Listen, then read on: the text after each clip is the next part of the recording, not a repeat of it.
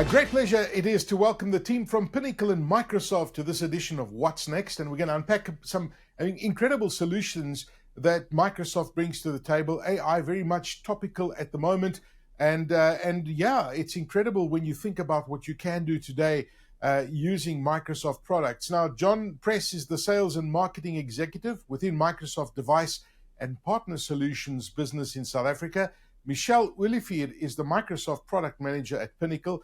And it's extraordinary, guys. You've both been in the business for a long time, and it's just amazing how far technology has become, and the products that we use, the Microsoft products that we use in our day-to-day lives. It's extraordinary what you can do with them today. But let's touch on some of the important stuff like security, which is very topical at the moment. And I want to throw this first question at you, John, because the trends around Microsoft and what you guys are seeing around security is really important, especially when it comes to remote workers. We all thought after COVID, everybody would go back to normal, but certainly that trend of remote working is here to stay, and it's partial in a hybrid mode, whatever it might be. But the fact is that people are working remotely. How does that impact security? What is Microsoft seeing? Yeah, I think it certainly is a very interesting time. I think, the advancements we're seeing right now are certainly a lot quicker and a lot faster than anything we've seen in the history of certainly my time at Microsoft. You touched on the security topic. I think what we're starting to see is that as a result of some of the work from home scenarios that came about through COVID, there was certainly a requirement around the management and the security of devices now operating within an environment that, quite frankly, was not familiar to a typical IT organization. And I think, this really was the foundation for a new set of security requirements, bearing in mind that people were operating off personal devices at home, not necessarily having direct access to that IT department. And I think, with that came the acceleration of malware and threats, particularly impacting enterprise and small business. And so Microsoft has really come together to come up with a range of different offerings that help you to secure that device and help you to secure that data in a way that makes it a lot simpler for IT to manage. What is Microsoft's approach to its own security, John? Yeah, okay, I think it's an interesting one. I think fundamentally we operate on a least access model where users would need to authenticate firstly, and authentication doesn't just mean that they're putting in a password. It's biometric access. It's making sure that we understand where the user is logging in from. Are they operating within the same environment that they typically do? Are they accessing from the same geography, the same location? And so, so the first step is really understanding what the user's behavioral patterns are and where they're accessing that network or device from. The second portion to what we're having a look at is, what are the bits of information that the user's needing access to? And we provide least access to the user based on what that requirement is, and it's a predefined set of data points that they would access, on. And on that basis, we then determine what levels of data access they would have, and as a result, restrict them to the data that they only require. All right. And then when you look at an individual, right, with an individual device, what role does an individual device and operating system play in addressing security? I guess that's also very critical, isn't it? Yeah, absolutely. I think, what we're finding is that, the device is such a significant function of the entire security story. And obviously we're moving to Windows 11, and Windows 11 has really been designed with that security of the user in mind. It really is the first port of attack, as it were. And if the malware or the threat is able to is able to be accessed from the device, that's really your starting point. So make sure that you have a secure device is absolutely critical in the entire security stack. Let me bring you into this, Michelle, because you talked about end of support there, John.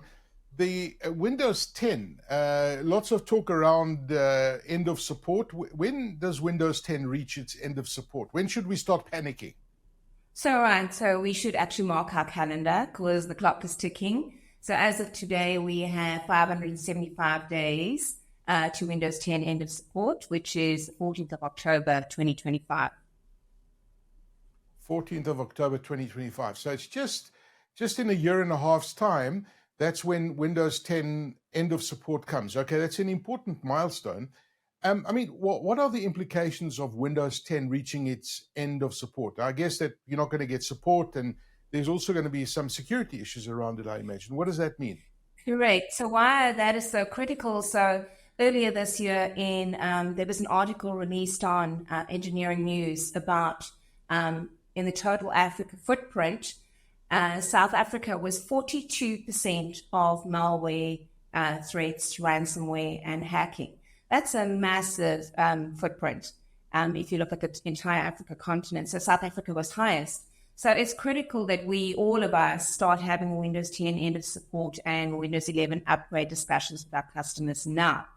Because of security, Windows 11 Pro upgrades and device refresh for non-eligible hardware are a now discussion and has to happen. So Windows 11 Pro, the Intel Core Ultra processors, and Wi-Fi 6 all tell the story of being AI ready. Yeah, that's the big one, of course, and the way at which AI is gaining momentum at the moment, you need to be ready for this. So what can be done to mitigate the risks of using an unsupported operating system? What does one have to do? I think, Aki, it's really about understanding, the devices that sit within your environment. Firstly, are they upgradable to Windows 11? And I think that's really the starting point.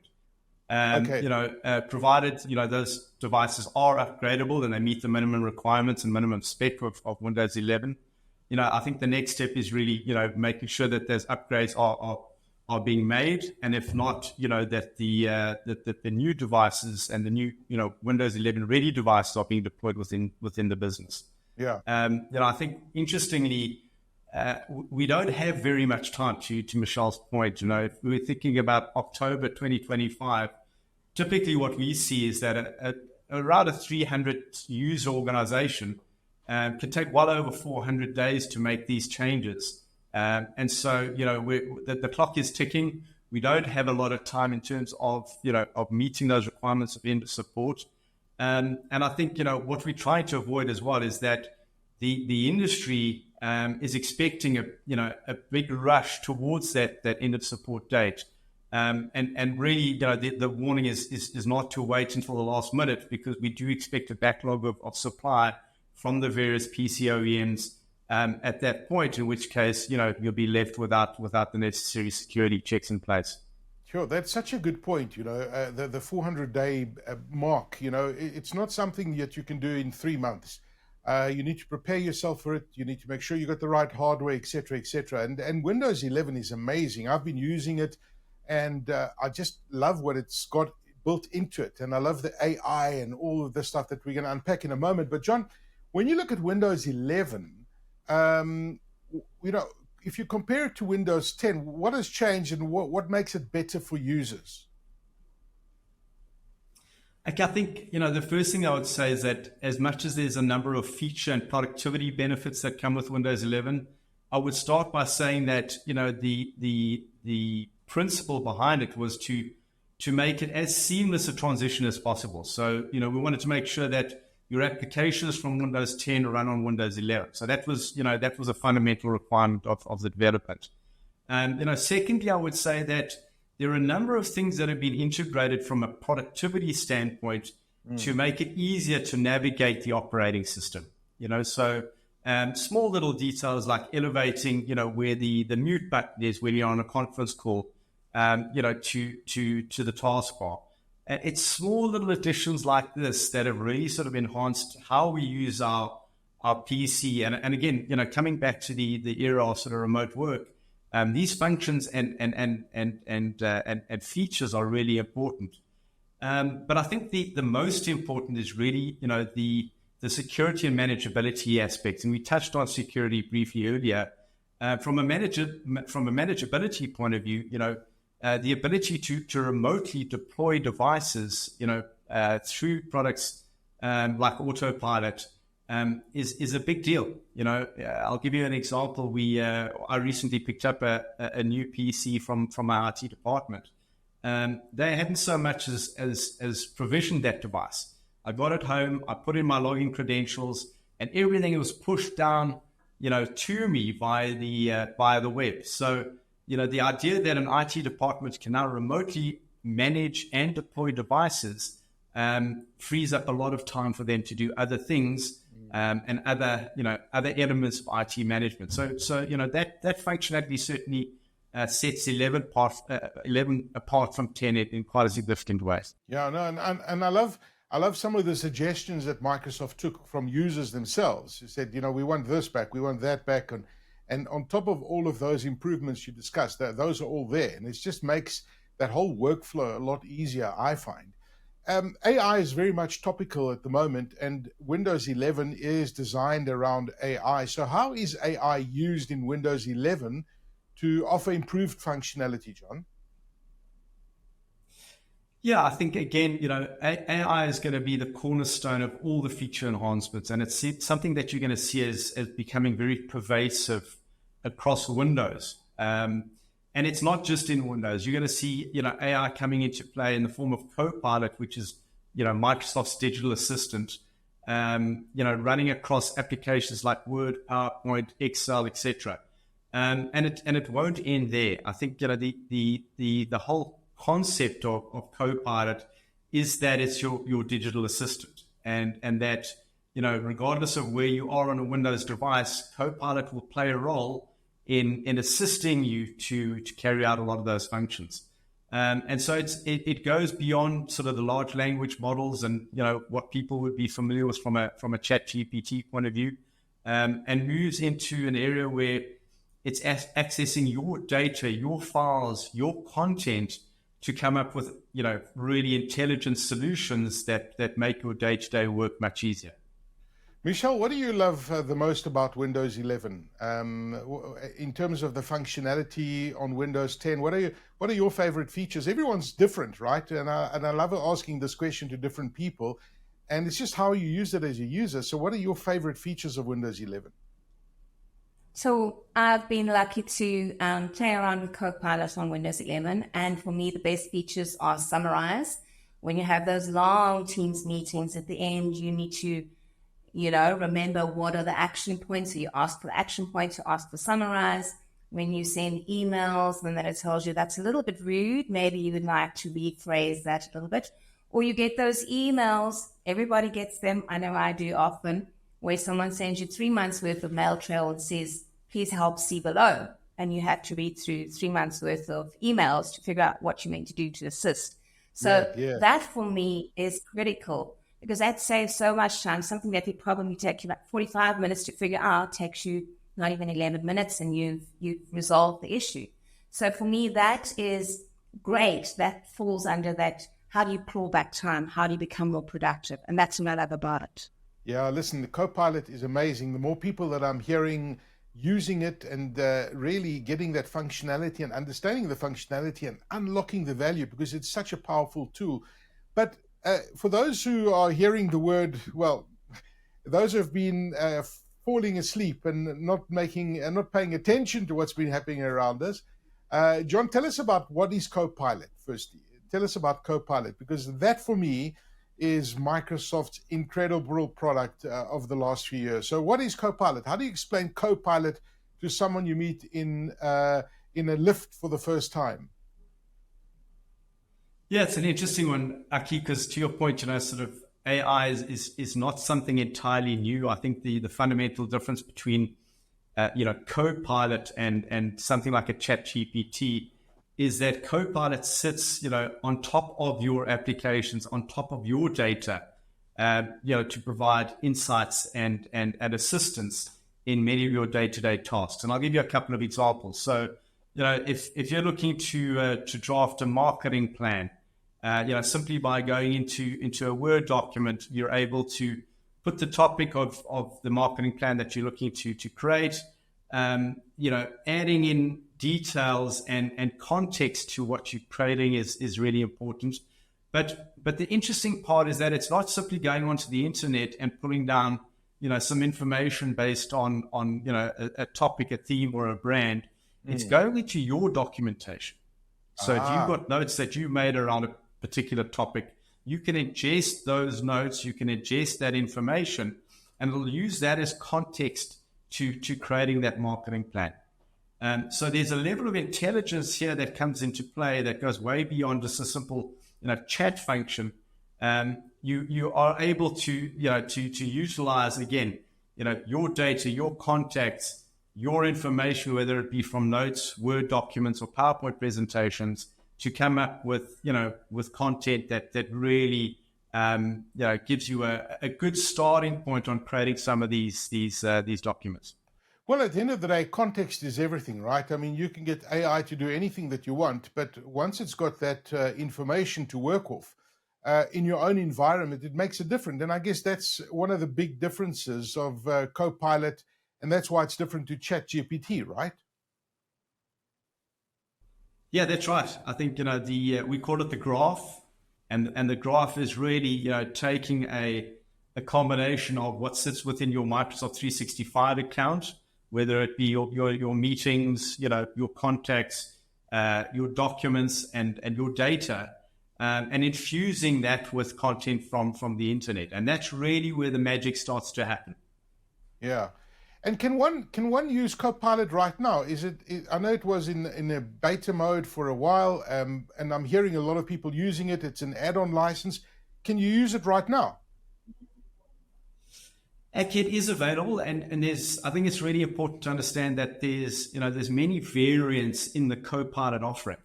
And to start with, when you do upgrade to Windows 11, you will have a dedicated Copilot button that sits on your taskbar, okay? And, moving into the future, we're going to have dedicated Copilot buttons added to our keyboard, which is, something that is fairly unique, because we haven't had a change to the typical Windows keyboard layout in many, many years. So I think it speaks to the advantages and just how big a deal Copilot is going to be, looking into the future. So, you will have that Copilot integration. Now, Copilot, to go beyond what I was saying around document creation and some of the applications, Copilot will play a role in, your settings. So being able to create audio prompts to adjust certain things, whether it be turning up your music or adjusting a certain setting within your Windows settings. So that's kind of infused at the OS level. And that's in the initial stages, that's a service or a Copilot offering, again, integrated into Windows 11. Okay. We then move into the versions of Copilot that can be added to your Microsoft 365 account. Now, that's a paid-for service. It'll be sold as a monthly subscription. And that's what starts to then, make magic in terms of your documentation, your data, and interpreting, your needs around a particular output or a particular function. So a bit of a distinction there, but I think, as we move through the different variants, there's going to be a consumer version, there'll be a commercial version. Both of those will be paid for services. But, again, you're getting certainly a far higher degree of functionality out of those paid for versions. That really bring those applications together and give you that additional functionality. That's very cool. Now, can I, for example, anybody that's watching this, they're probably going to be asking, can I run Copilot on my current PC? Well, I think what's important to understand is do you have Windows 11 as a starting point? Because I think that's fundamental. And Windows 11 has really been designed with Copilot and AI in mind. So, I would say as a starting point, you really want to think about, what is your hardware setup and what version of Windows are you running? From there, it's really a case of activating the application. You do have a variation of Copilot that sits within the Edge browser.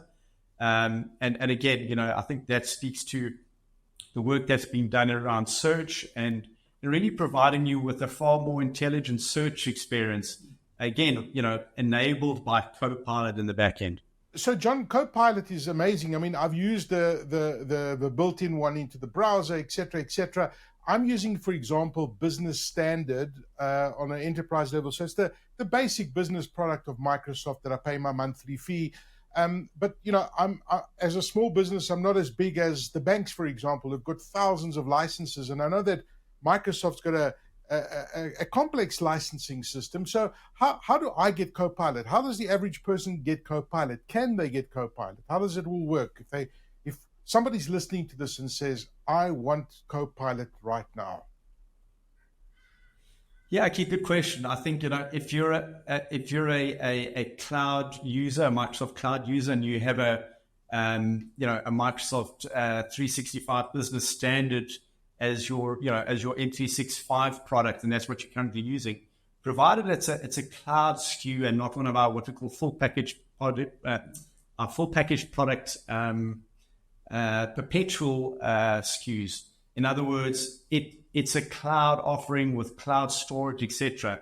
And Yes. you will be able to go into your account and add Copilot as an optional add-on to that offering. So it is enabled through your account.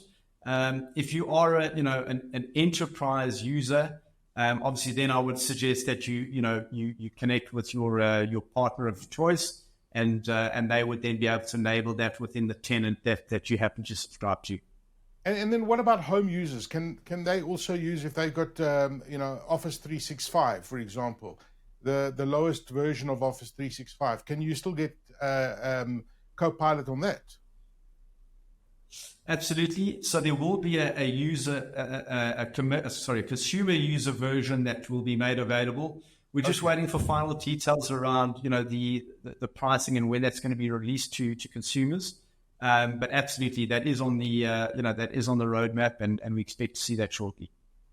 Fantastic. And then finally, I want to ask you both this question. I mean, Michelle, you touched on some of your favorite features, but the reality when you look at all of this technology and you look at how Microsoft Office has changed over time, with it being up on the cloud in Azure, and it just makes our lives so much easier. So what's your favorite feature of Copilot? So first of all, what I think everybody needs to remember is that Copilot is not there to do your work for you. It's there to assist you and inspire you. So if I'm typing a Word document and I feel like, oh, this is a little bit flat and needs a little bit of flair, next to the little Copilot button, if you click on it, it says can research further or inspire you. And if you click on inspire you, it just gives it that little bit more sparkle. So that's what I absolutely love about it. And Microsoft is very clear about responsible AI. So they're saying use the feature, but you need to check it. Don't assume everything in there is 100% because it pulls. I mean, if you take a PDF off the internet and you say summarize this, it could be just someone that's loaded it. So you need to check it. It does a lot of the work. It does a lot of it to assist you and inspire you, but be responsible. Yeah. But I mean, for me, I think the people that have to take minutes during Teams meetings and then have to type them up afterwards and put them together, I mean, Copilot is just a massive revolution for them, right? Because, you just press the button and you say, summarize, give me the minutes from this recording, and boom, it's there. I mean, what a pleasure. I think for me, taking minutes is just the most tedious task in the world. So what are your favorite features, John, from Copilot? Yeah, Aki, I think you stole a little bit of my thunder there, because I was gonna use exactly that example. It's probably the one that we're using most extensively at Microsoft right now.